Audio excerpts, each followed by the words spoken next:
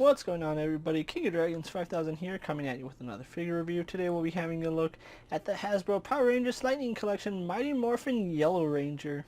And so here we have the Yellow Ranger posed and out of the packaging. Before we take a look at the figure, let's actually take a look at what she comes with.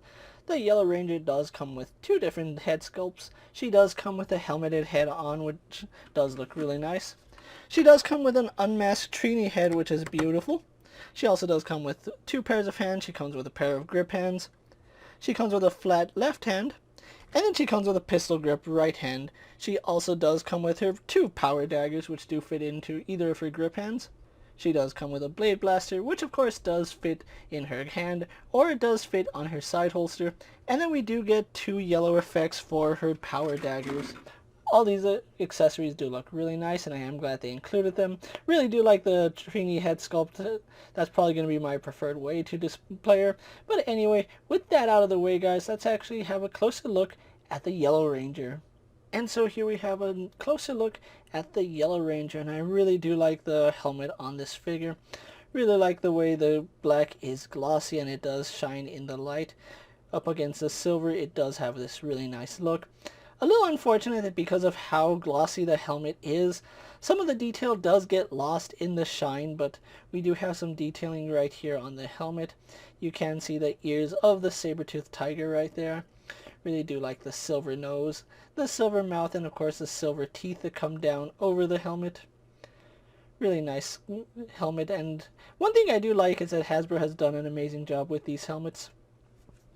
Now, taking a look at the figure, this is accurate to Mighty Morphin Power Rangers, because in Super Sentai, the Yellow Ranger really wasn't a female. The Yellow Ranger was a guy, so Hasbro did make this a female figure. So we do have a female body, which does work for Mighty Morphin. If they were making Super Sentai, it would be a male buck, and you can see that that's the main reason why the Yellow Ranger didn't have a skirt, but the Pink Ranger did. The only real female in Super Sentai was the Pink Ranger. So really glad that Hasbro did use a female body for this. I know some shots it did look like a guy, but they did make this Trini, and Trini is of course a girl. Having a look at the costume, I do feel like out of my harsh lights, and you can kind of see it here, the diamonds on the chest aren't painted that good. That you can still see some of the yellow poking through, and it's a little bit light.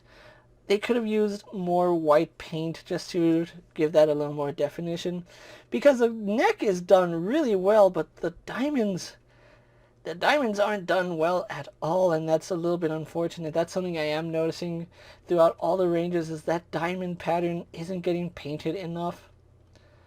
You can see the distinct contrast between the white plastic and the white paint. The white paint is really applied lightly, so that's unfortunate. Here we do have white plastic with the yellow painted on it, and that looks really good. They did a pretty decent job of matching the yellow paint with the yellow plastic, so I do like that. I do have her with her grip hands right now. You can see she does have a saber-toothed tiger sculpted in her morpher, which I do like the fact that each ranger has had unique morphers up to this point. Really do like the holster here. And she's basically using the same sculpt that Pink Ranger got, except we see more of it because she doesn't have the skirt and she's not as hindered as the Pink Ranger. Really like the boots here. The boots are done really well, especially on the diamonds. They look really good. And then of course we do have white boots. So overall, really do like the detail on the Yellow Ranger here, so really good job on Hasbro's part. So what we're going to do now is actually get her compared to other figures you may have in your collection. Here we have the Yellow Ranger posed next to a Marvel Legends, Cyclops, and a DC Multiverse Superman. Here we have the Yellow Ranger posed next to a WWE Elite Scale figure and a Mezco 1/12 Collective Popeye the Sailor Man. Here we do have the Yellow Ranger posed next to a Lightning Collection White Ranger and a Star Wars Black Series Mandalorian.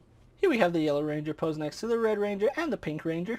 And so here we do have the Lightning Collection Yellow Ranger posed next to the Legacy Collection Yellow Ranger and the movie Yellow Ranger. So with the comparisons out of the way, let's actually move on to her articulation.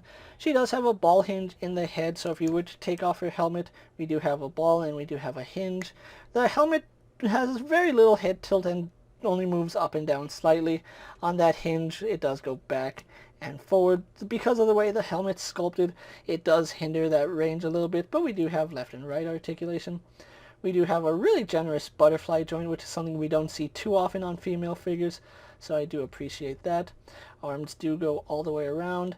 They go out to the side, a little better than horizontal. We don't have a bicep swivel, but we do have a single bend in the elbow, giving us better than 90 degrees, so I do like that, as well as rotation.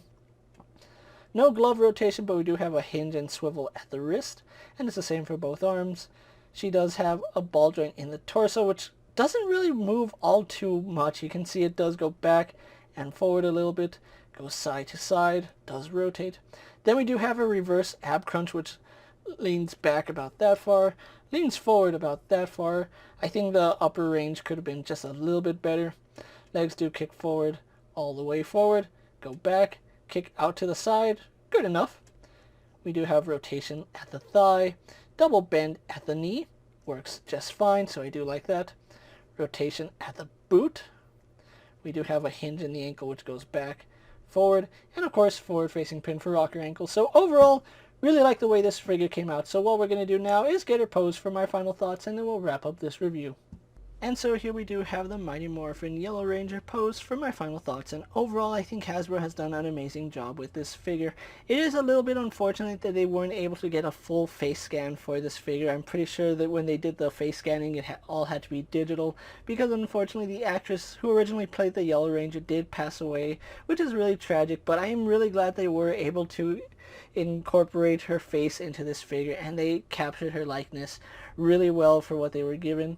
I absolutely love the way this figure came out, although I do have an issue with the daggers. They are made of a softer plastic, and it does make it a little bit tricky getting her to hold her weapons properly, but it's still really possible.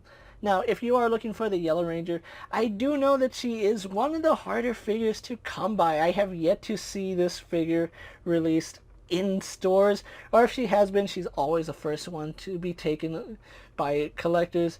I have seen all the other Rangers from this series, so Yellow Ranger is of course the must-have from this particular wave. I actually had to get mine off Amazon, which it did run me $20, which is average for your Lightning Collection figure.